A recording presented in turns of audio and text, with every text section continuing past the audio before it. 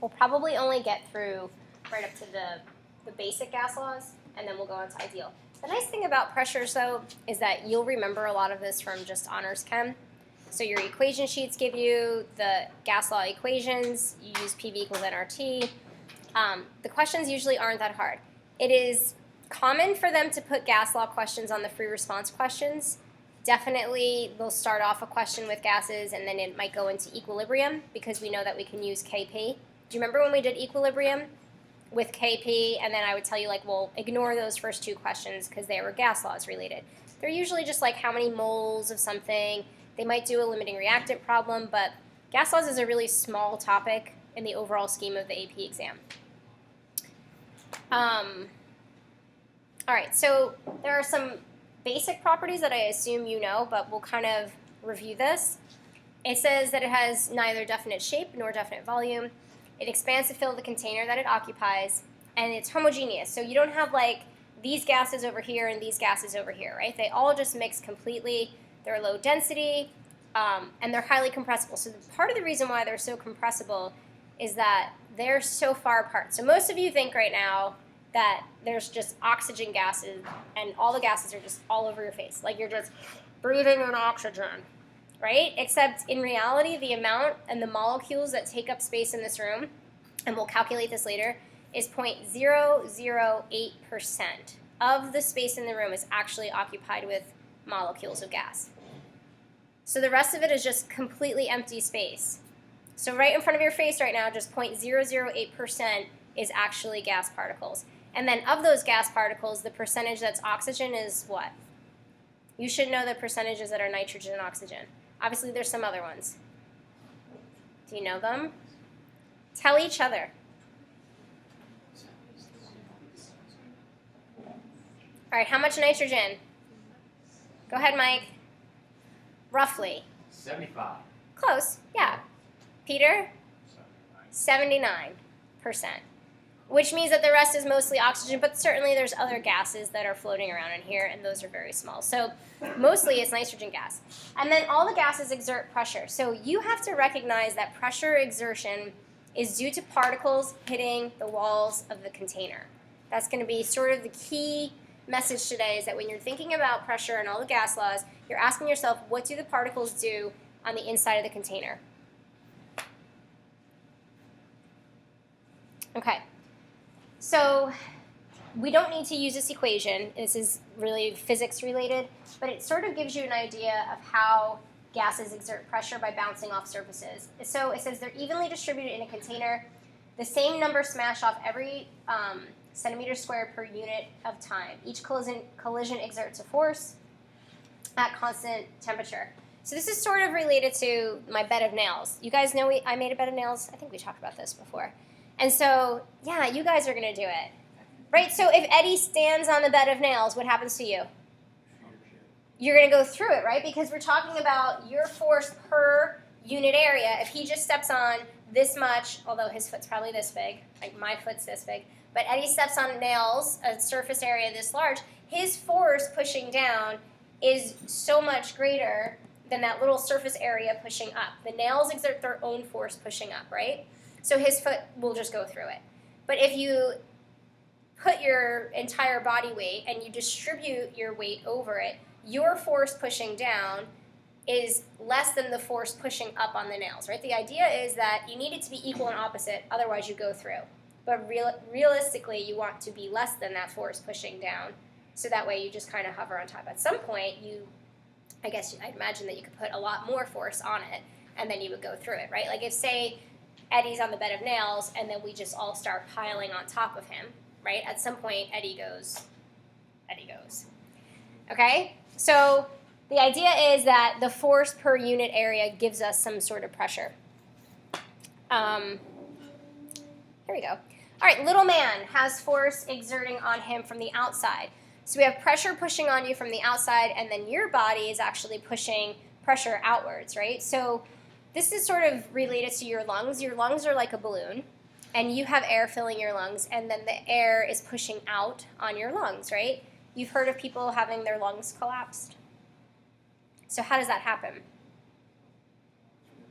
Too much pressure, right? In fact, I knew someone who had their lung collapse on an airplane. So all the pressure deviations in the airplane, and then his lungs collapse. And then you just pump them back up, and then you're breathing again. But that's the idea, is that pressure is pushing on you from the outside. Does anybody in here have a surgery? No one's had surgery in here? You have? You three? So do you ever feel that spot where you had surgery when the pressure is high outside? Do you ever feel it achy? No? No? Oh. I don't feel it. But you know that people say that. They're like, oh, I can feel the weather's going to change because their like knee hurts or something. What? I feel it in my knee. You? No. Oh. Yeah, that's what people say, right? Because the pressure on the outside is kind of pushing on them, and they feel that extra pressure, and then it, I guess, causes some pain. So molecules are pushing on the outside of any object, and then there's molecules on the inside pushing outwards. So here's a really important idea here, is that things that are applying pressure are going to be smashing into the walls of the container. Key thing is, though, that the walls of the container don't know who's smashing them. They just know that they're smashing, right? So as the pressure on the inside is equal to the pressure on the outside, the can, or this, whatever this is, this container stays put, right? But if you can suck out all these gas molecules, the container on the inside has fewer gas molecules, so therefore the pressure pushing on the inside walls of the container is less than the pressure pushing on the outside.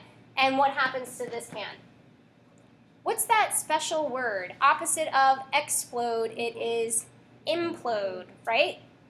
You have to know that vocab word, right? That implode, I-M-P-L-O-D, E. So opposite of explode is that it implodes.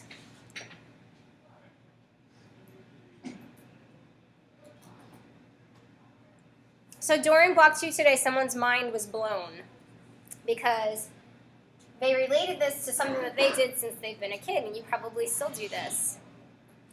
So what does this look like to you? I didn't think of this. A juice box. What a great thing to think about. When you suck your juice box, you're sucking out the air, the molecules. It doesn't just implode because you're sucking on it. It's imploding because the gas pressure on the outside now is greater than the gas pressure on the inside, right? I'm sure there's a little vacuum situation involved there as well. But like a juice box, you can think about it that way as the gas particles are being pulled out, is that it's the weight or the pressure of the atmosphere is pushing down onto the canister. So you need to make sure you understand this, because I'm going to ask you about it on your test, is to describe why this situation occurs. And you can't just say it occurs because it's pressure outside is great. It has to be that you're discussing the pressure inside versus the pressure on the outside. How does something explode?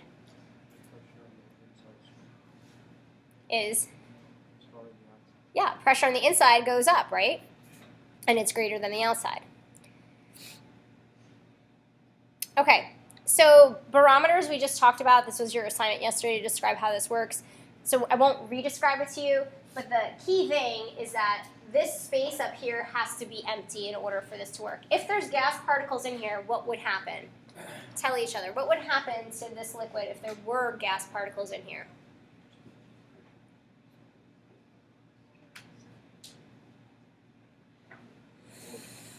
What do you think, Morgan?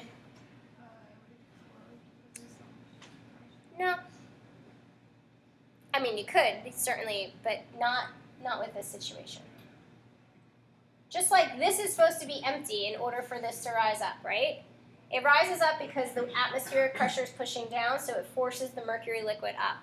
But what if this wasn't empty and there were gas particles in here? Brandon, you know?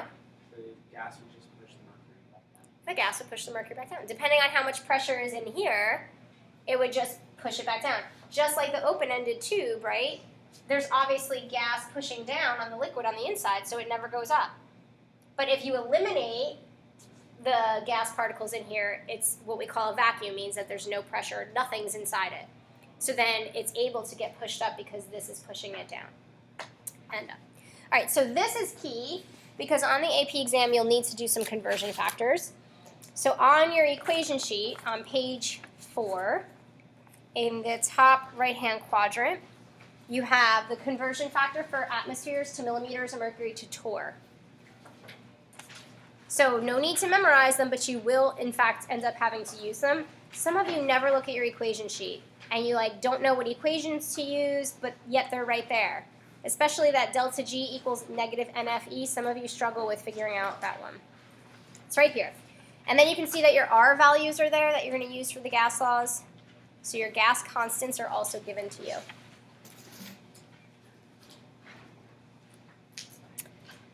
All right, super important is that you understand temperature effect on gas particles.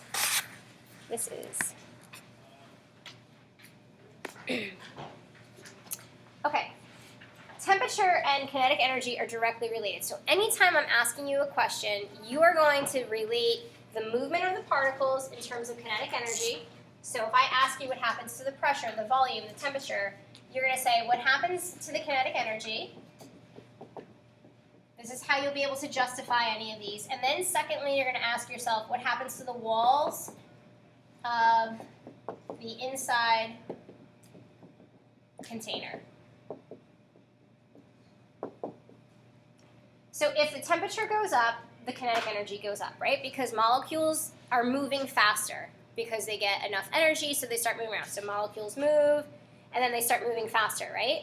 So take your partner's hands right now. So you put your hands up like this to your partner. All right, so I want your partner to, we'll do, I'm sure we can punch, right? Do a soft punch. Are you probably group punches? You'll get the message. You probably shouldn't punch Raj, Mike. We should probably let Raj punch you. Well, I mean, like, I'm not. All right, right? This is low temp. All right, now go to a high temp system.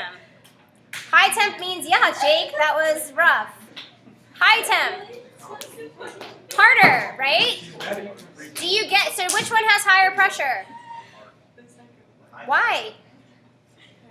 Because the kinetic energy is increased, right? So it has greater velocity into the walls of the container. The walls of the container are going to be hit with a harder force, right? Not only are they moving faster, but when they hit the walls of the container, they bounce off, right? So if they're moving faster, you get more or less or the same hits on the walls of the container. When they're moving faster, more hits, right? Because there's more bouncing off the walls of the container. So now you have more hits with greater force. Does that make sense? You must use the Kelvin temperature scale when you're relating temperature to kinetic energy, pressure, and volume when we do that. So we cannot measure using any other scale because the idea is that you end up hitting 0. So if you have temperature here in Kelvin and you hit 0, and this is your kinetic energy or the movement of your particles, we can get essentially like here, but because we can't remove heat from the universe, it is impossible to get this experiment to actually go to 0, right? Because whatever container I'm trying to make super cold to get to 0 Kelvin just doesn't exist because somewhere around this experiment there's heat. Do you understand that? Heat exists. Do we all agree with that? Yeah, like Eddie's the chemist sitting there at the lab bench and his heat's going to be given off to the experiment. Do you get what I mean? So we can never get here, so we just theoretically extrapolate our line and we say at 0 Kelvin, the kinetic energy is 0. Everything ceases to move. So make sure you use the Kelvin temperature, which again, the equation is there. All right, so we have the movement of the particles. So I want you to take your fingers and I want you to do translational energy. I'm not going to show you. Read the definition. And now use your fingers or your molecules, and what should they do to be translational? I can't see anything. That's right, Cole. Yeah, they just move in straight lines past each other. Or they may hit the walls of their container in a straight line and bounce off. All right, now show me rotational energy. Yep. Now vibrational. Don't get crazy now. Just vibrational energy, right? And you can vibrate and translate and rotate. That's really hard. All right, most of the kinetic energy is related to translational velocity. And we're really going to measure like particles moving in straight lines and hitting the walls of their container or hitting each other. So the key thing is that kinetic energy is conserved, right? So if it hits the walls of its container, it hits and bounces off with the same exact energy. Now these are postulates in a sense, like theory. This is what we assume happens, but we certainly know that friction and other things could cause this to not be true. But we're just assuming that the kinetic energy when it hits the wall is equal and opposite to the energy as it leaves, or if it hits another molecule, it's going to hit it and both molecules now will have equal energy. Like the energy doesn't get lost, right? So it can either slow down and speed up like that one, or they could maybe even move with each other, but the energy isn't lost. All right, my favorite, or least favorite, I guess, Boltzmann distribution. Although this year I came up with a great analogy. What was it? Your dance party, right? So we all don't go crazy on the dance floor like 1000K, right? This green one here is at high temperature, therefore it has high kinetic energy, right? So if you have high kinetic energy, you're really pumping on the dance floor, right? Does everybody do that? Nope. You're all listening to the same song, you're all at 1000K, but not all of you are going to be dancing with high energy, right? There's some that are still standing on the wall watching, and some of you who are just like full-blown glow sticks, and you're out there, like Peter would be. And then like the most mode, we'll say, will be around this area dancing, right? But then we lower the temperature, and we're at like a, I don't know, simple, not super exciting song. I should come up with one. I don't know. Gosh, I don't know any songs on the spot. Feel it still. No, I guess so, yeah. Feel It Still would be this way, right? Because I played that for you like a million times. I don't know, what would this one be? Living on a prayer. Oh my gosh, that's not 1000K. Living on a Prayer is like over here. Did you watch the? This is like Whitney Houston over here, like a love song. Watch the announcements this morning on the phone. I did watch the announcements. The whole class was jumping. I bet you were jumping. That is not glow stick worthy, Living on a Prayer. This is like techno music, right? I think we'll agree to disagree. Okay, and then we like move down the line, and this is like the slow dance, which is great because most people will get up and slow dance, right? Yes, Jacoby, one day you will. How else are you gonna hug the girl on the dance floor? What? You don't know gospel? No. You want to listen? Maybe later. Okay. All right. So the same thing happens with kinetic energy and temperature. Temperature increases, kinetic energy increases, and the particles are moving faster. And then what happens to pressure? If you're over here, what would happen to your pressure? Increase. Right, why? Greater. Greater kinetic energy, and they hit the walls of the container with greater force and more frequently, right? All right, so that's what we just said. At any given temperature, the particles with less kinetic energy exert a lower pressure, and the particles with more kinetic energy exert more pressure, and that's because the walls of the container are being hit. All right, we will not have to memorize specifically whose laws are whose, so we don't need to say Boyles Law, Charles's Law, Gay-Lussac's Law. We're just going to use all the laws in the combined gas law, and then you just eliminate the piece that you don't want. So let me show you what I mean. It'll be later on in the slides, but I'll show you now. So the combined gas law is P1V1 over T1 equals P2V2 over T2, but because I just like linear relationships, we're just going to use P1V1 T2 equals P2V2 T1. This is not given on the AP exam. So you will have to memorize this, and they do ask you these questions kind of infrequently, but they do show up, maybe on a multiple choice or something. So we just are going to eliminate the piece that we aren't using for that specific problem. So if the question doesn't include pressure, we just cross off our pressures. You remember this from Honors Chem? Okay, so in this case, we're relating pressure and volume, so we don't use T, so you literally would just cross off your T's and solve. Pressure and volume, all right, before we look at specifically, I know we can read that, but I want you to understand how the gas particles move with their kinetic energy and what do they do to the walls of the inside of the container. So if I increase the volume, my question is, what happens to the pressure? Think about it on your own. And don't just give me an answer. I want a justify this sort of answer using this and this.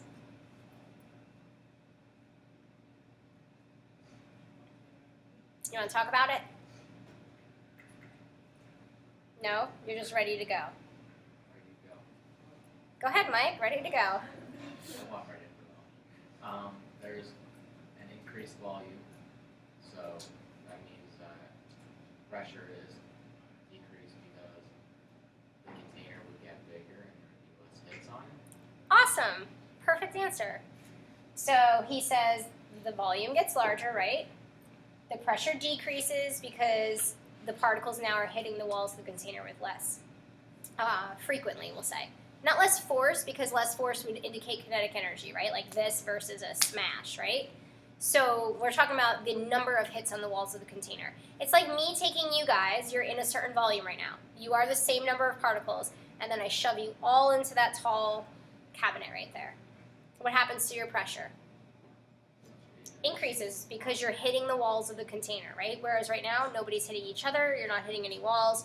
I compress your volume, and now you're hitting the walls of the container. So these are inversely proportional, which means that if one goes up, the other goes down. Make sense? Good justification, Mike. All right, so this is just a visual to help you represent what's happening. Notice that these arrows are the same-ish because we still have Boltzmann distribution, right? They're not going to be the exact same size because that would indicate all the particles are doing the same thing. But they have like similar in overall average. What are those arrows called? Physics. Vectors, right? Velocity vectors specifically, they tell us how fast they, or visualize how fast they're going. So you can see that when you compress them, now there's more hits on the walls of the container. All right, so this is not a linear graph. You may have to read a graph like this or be able to relate this graph and tell me like what's happening here. But you should be able to see that if you decrease the volume by half, the pressure goes up by 2, right? And then again, if you were to increase the volume to 8, double the volume, then you're going to decrease the volume by half. Do you see that?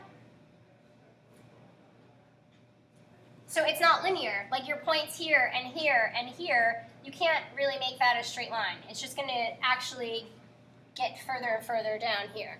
You following? It's like making something small infinitely smaller and smaller and smaller.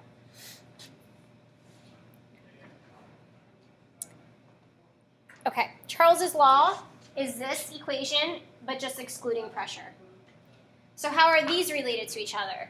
So if temperature goes up, what happens to your volume? So I want you to talk about this, and I want you to talk about this.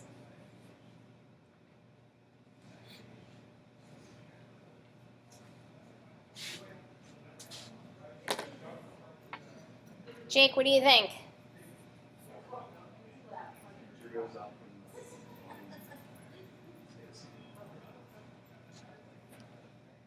You have to think about this. What happens when temperature goes up? Kinetic energy increases. So now your molecules are moving faster, right? So what happens here? More frequently and with more force. So what happens to the volume? So your volume can expand or contract, like a piston, right?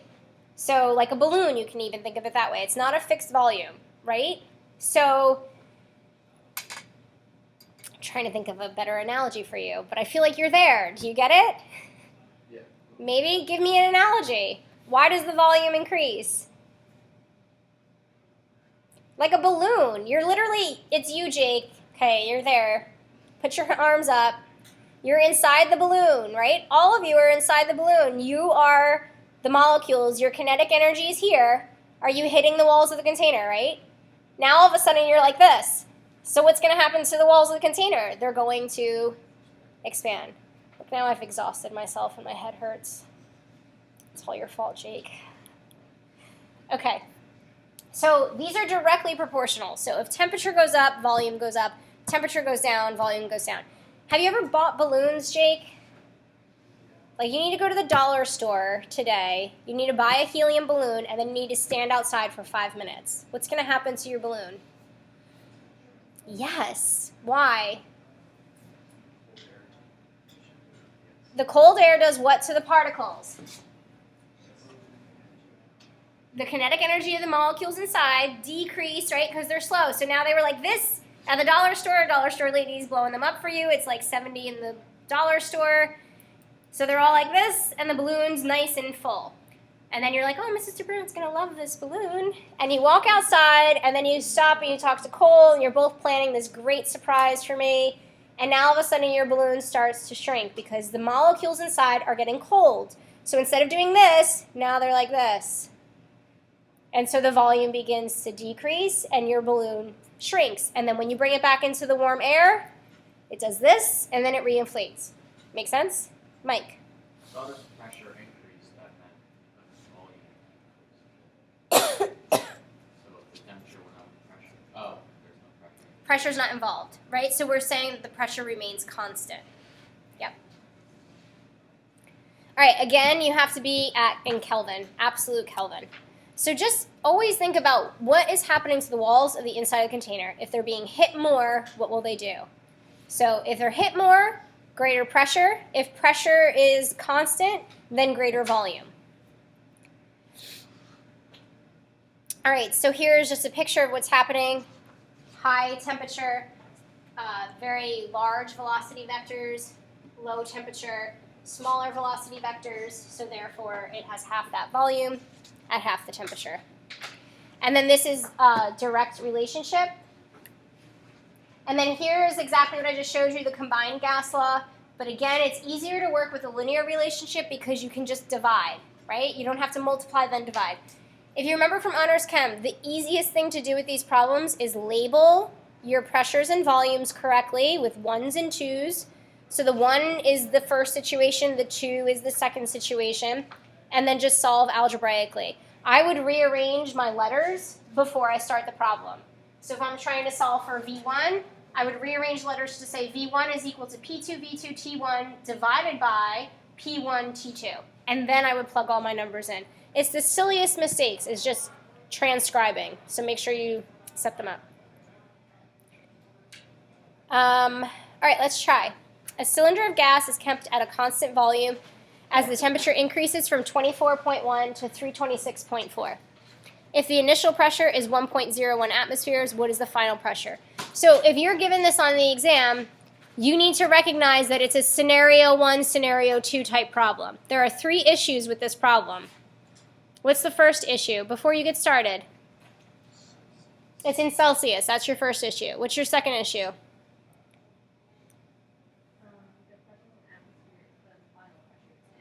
Right.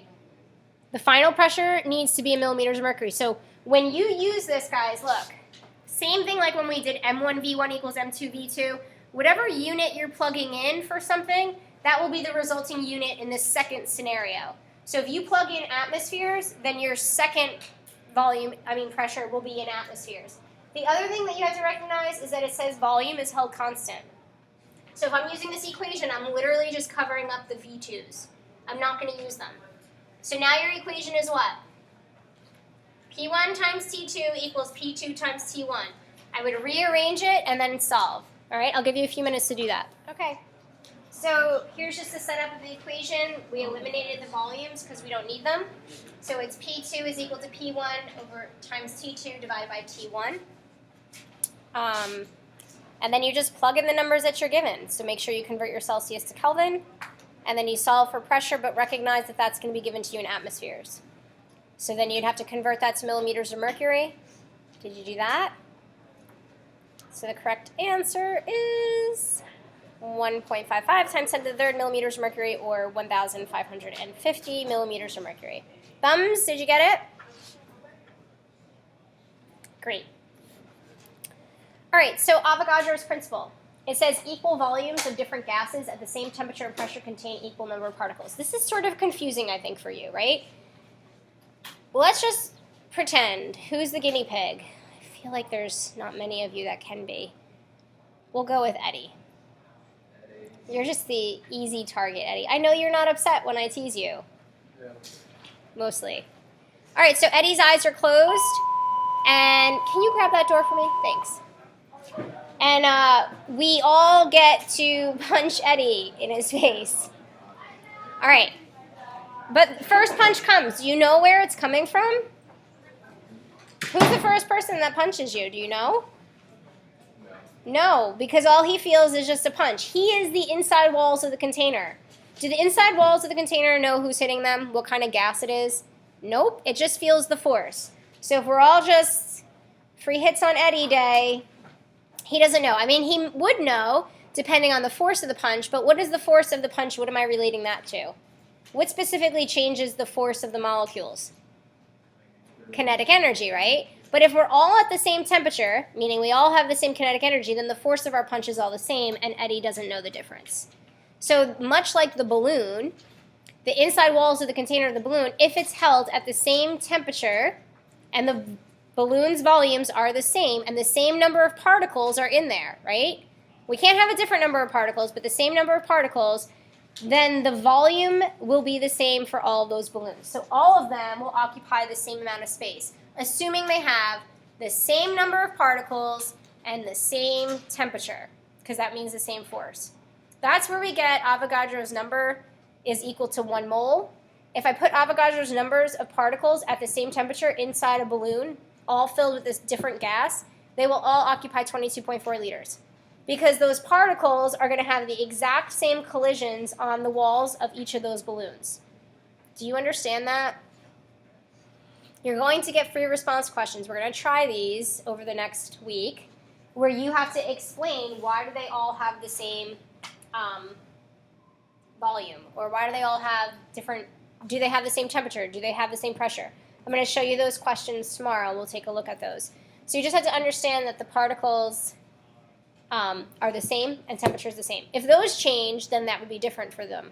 Does that make sense?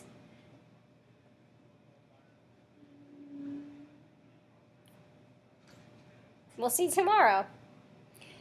All right, so we know Avogadro's number equals molar volume. Molar volume is at STP. Really important that you know that. So what is molar volume? What number is molar volume, Mike? No, that's Avogadro's number. What's molar volume? 22.4 liters, right? So 22.4 liters equals 1 mole of gas. So 1 mole of gas goes into a balloon. It will occupy 22.4 liters, right? Only if it's at STP conditions. And STP, right? STP spells stop with the 0. Different than thermochemistry. Thermochem is 25 degrees. So 0 degrees Celsius in 1 atmosphere, if it contains 1 mole of particles, it will be 22.4 liters. So when you're doing multiple choice questions, they usually will set it up, and you'll be like, this is the hardest problem because I have to use PV equals nRT, and then you start plugging in R values. It usually is just a very simple, at STP, we're going to use 22.4 liters. You have to remember that. At STP, you can use 22.4 liters. We should try to cheer that, but I can't make that sound good. At STP, use 22.4 liters.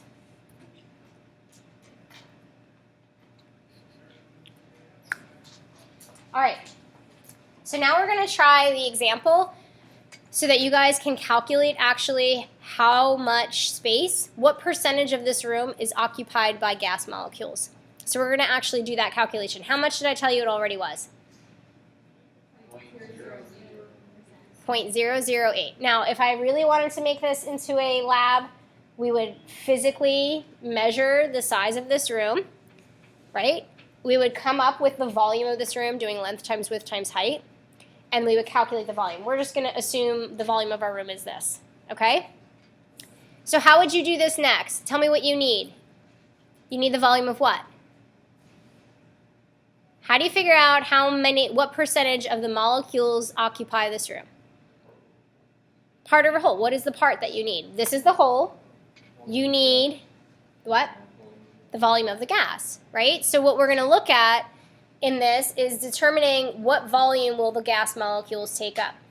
So we're going to work with this part first, and we're going to calculate how many molecules are in this room to begin with. At STP, what did I say you can use? 22.4 liters, right? So if this is the volume of our room, then you can calculate how many moles of gas are in this room, and then you can calculate how many molecules of gas are in this room, all using molar relationships. Molar volume, and then Avogadro's number. Go ahead and try that. So once you're told that it's at STP, literally it's hard to do, but you have to remember, if it says STP and its gas laws use 22.4, you're going to have to use it if they're telling you it's STP. So you're just going to convert to moles, and then you know Avogadro's number is for 1 mole. So here's the number of molecules of gas in this room, pretending that it's the same volume, right? All right, so if this is the molecules of gas, now I need to know what volume each molecule occupies. I don't expect you guys to know that one, so I'm going to give you that information. It says each individual molecule has about this volume. So you know how many molecules you have now. So now you're going to calculate the volume that those molecules will have. So each molecule, here's your molecules, each molecule contains 3.1 times 10 to the negative 27th liters, and you solve and you get 48 liters of space. That's how much space these molecules occupy. You take the part, you divide by the whole, you multiply by 100, and you come up with the percentage. That's how that's calculated. Okay. So this is not really super chemistry related. It was just a problem to help you understand how small the molecules are and how little they occupy of our space. But obviously make sure that you use 22.4 liters when you see what? STP 22.4. That's what you have to remember. So we're going to stop at this point, but we're going to move to do some, let me pull them up, some multiple choice questions. And then your homework tonight is questions 1 through 9. So you might have some time to do those right now.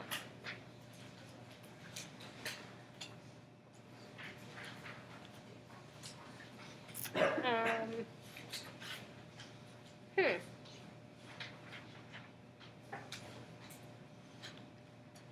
we go. All right, we're only going to have a chance to just do a few of these because we're not quite to the rest of them. All right, so question number 1. Can you see them? If you can't, you might want to move. It says a temperature of 100 degrees C is equivalent to... Great. Moving on. A sample of gas initially at 2 atmospheres was compressed from 8 liters to 2 liters at constant temperature. After the compression, the gas pressure was what? Don't call out. Let everybody solve it.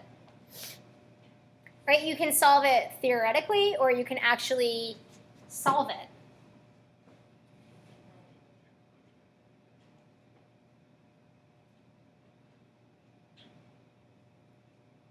So how are gases pressure and volume related? Directly or indirectly? Someone? Indirectly. Like if one goes up, the other goes down, right? So if the volume goes down by 4, then the pressure goes up by 4. So what's the pressure? 8, right? You could even have solved this by just plugging it in and saying my equation is V1 equals P2 V2, and your pressure is 2 atmospheres, and it was at 8 liters, and now what's the new pressure, and it's at 2. So 16 divided by 2 gives you 8 again. You could solve, or you could just think about it in theory. We are not able to do any others besides 5, although I'm sure you could figure out some of them. According to kinetic molecular theory, if the temperature of a gas is raised from 100 K to 300 K, the average kinetic energy of the gas will increase by a factor of? Great. You get it? All right. Questions 1 through 9. You can start.